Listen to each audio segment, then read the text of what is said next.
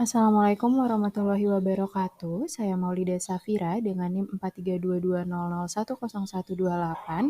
Di sini saya akan mempresentasikan tugas besar 2 perekonomian Indonesia dengan judul Permasalahan Kondisi Perekonomian di Indonesia.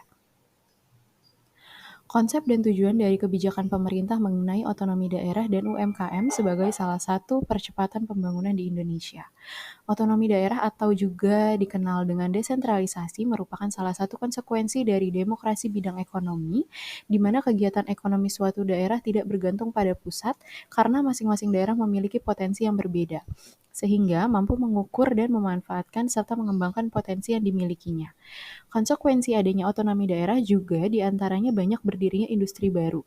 Adanya otonomi daerah ini adalah cara pemerintah pusat untuk memberikan kewenangan kepada daerah untuk bertanggung jawab dan berkontribusi nyata dalam mengatur memanfaatkan sumber potensi yang ada di daerahnya masing-masing. Dalam Undang-Undang Nomor 32 Tahun 2004 menyatakan bahwa otonomi daerah adalah hak, wewenang, dan kewajiban dari daerah otonom untuk mengelola sendiri urusan pemerintahan dan kepentingan masyarakat setempat sesuai dengan undang-undang. Tujuan otonomi daerah diantaranya adalah meningkatkan pelayanan umum.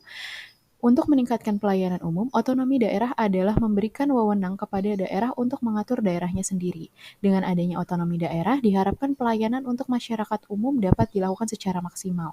Sistem otonomi ini bertujuan untuk memberikan respon cepat bagi daerah ketika ada masyarakat yang membutuhkan pelayanan.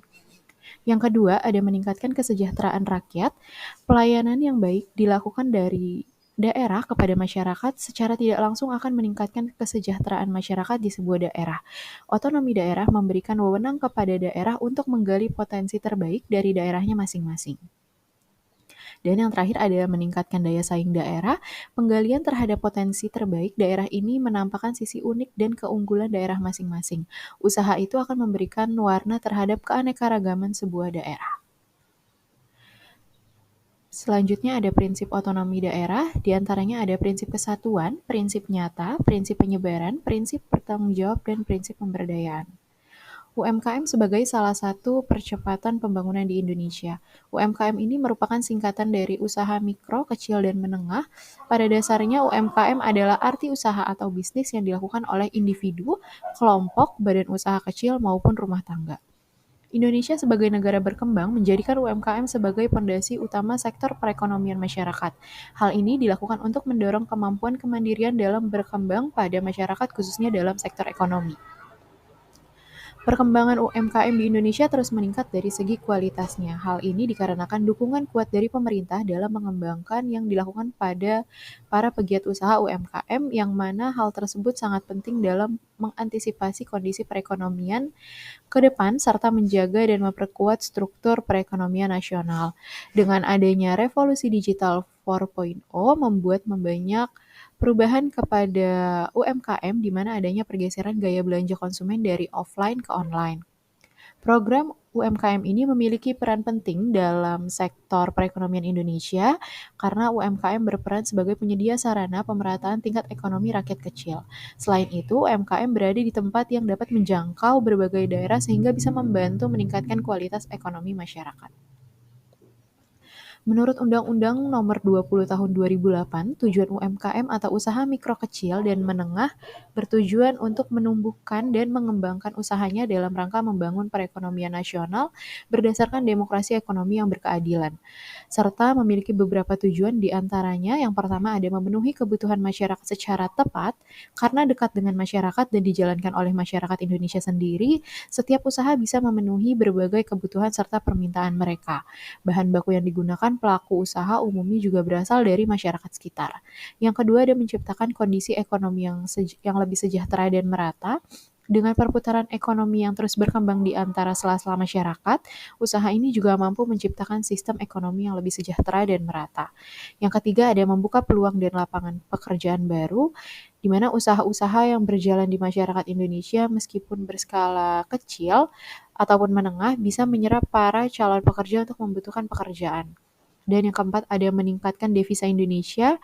Devisa merupakan pendapatan negara dari salah satu faktor signifikan yang ada dalam sistem perekonomian terkecuali di Indonesia. Jika nilai devisa tinggi, maka tingkat yang disimpulkan bahwa negara tersebut memiliki sistem sehat dan mensejahterakan rakyatnya. Tanpa disadari dalam pelaksanaan otonomi daerah, hal atau dampak negatif yang kita takutkan malah sudah terjadi. Terdapat masalah-masalah terkait pelaksanaan otonomi daerah di antara lain sebagai berikut. Yang pertama ada korupsi daerah. Hal yang paling diwanti-wanti terkait pelaksanaan otonomi daerah bergesernya praktik-praktik tikus, berdasi, atau korupsi yang semula berawal dari pihak-pihak terkait pada pemerintahan pusat akan bergeser ke pemerintahan daerah. Yang kedua, munculnya potensi konflik antar daerah. Pelaksanaan kebijakan otonomi daerah ditakutkan akan memicu konflik antara masyarakat pada daerah. Adanya gejala entrorisme atau sikap kedaerahan yang semakin kuat.